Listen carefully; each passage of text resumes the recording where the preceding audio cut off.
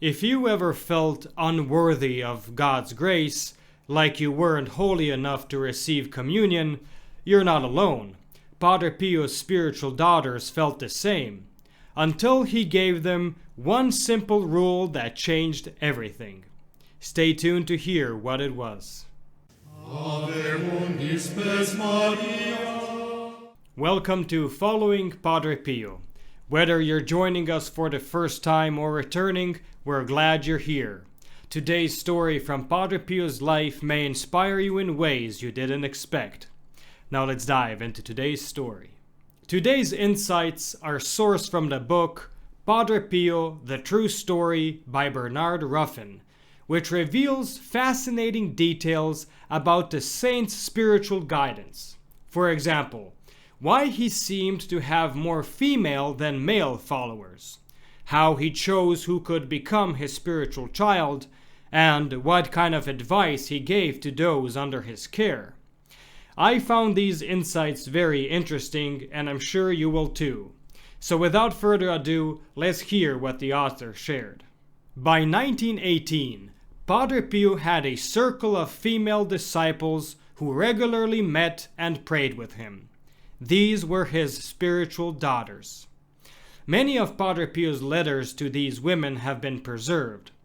Padre Pio had spiritual sons too, but they were, at least at first, less numerous.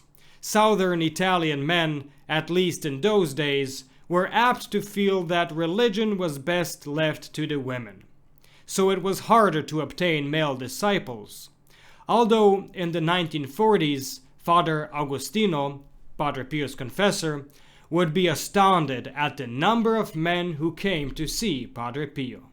Furthermore, the book points out that this difference also came down to the friary's logistics. Friary rules allowed men easier access to the friars, meaning men more often received verbal guidance, while women were counseled in bi-weekly meetings and through letters, which of course were more likely to be preserved. So essentially, we have more written material from Padre Pio to his female followers because that's how he communicated with them. Now, as for how Padre Pio chose his spiritual children, the author makes it clear. He didn't just take on anyone.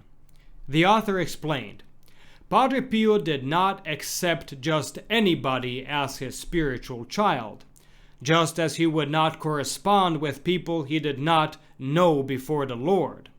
He normally did not undertake to counsel or advise people about whom the Lord had not given him some enlightenment. He would hear their confessions, of course, but it truly grieved Padre Pio to have to try to counsel without divine illumination. In such cases, as he wrote to one of his spiritual daughters, he had to proceed gropingly, guiding himself with a little cold and pallid doctrine learned in books. In the same letter, however, he says that for certain persons he had access to divine light. These were the ones he invited into a deeper relationship. As mentioned earlier, the spiritual daughters would gather twice a week in a guest room at the convent, where Padre Pio spoke to them about scripture and the path to holiness.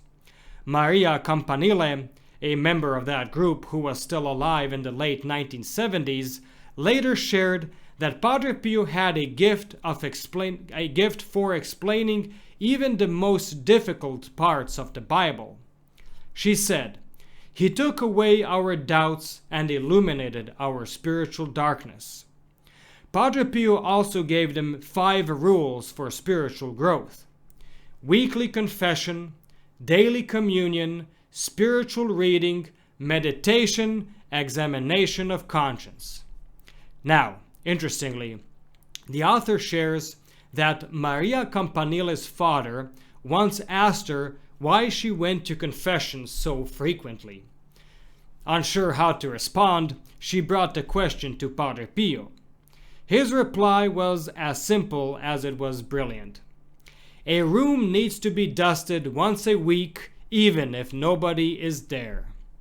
Furthermore, some of the ladies felt unworthy of receiving communion so often. Padre Pio reassured them, saying, "Unless you are positive that you are in mortal sin, you ought to take communion every day." According to Campanile, it was largely through Padre Pio's influence that daily communion became widely practiced in San Giovanni Rotondo. So, while some saints left behind treatises of formal spiritual writings, Padre Pio shared his wisdom through simple conversations, heartfelt letters, and practical, consistent advice. And when I think about it, that's exactly what makes him such a powerful saint to learn from.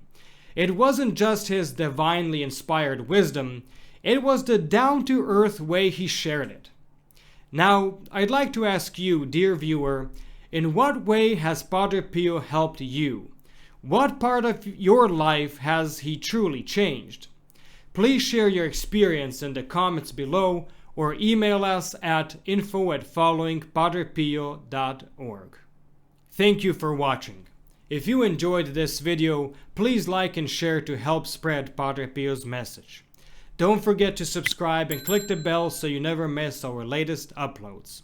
Want to deepen your connection with Padre Pio? Consider becoming a protected child of Padre Pio, a special way to grow spiritually and be part of our prayerful community. You'll find a link to the join page in the description below. Check out the recommended videos on the end screen or the links in the description for more inspiring content, including our Padre Pio Thoughts for the Day playlist.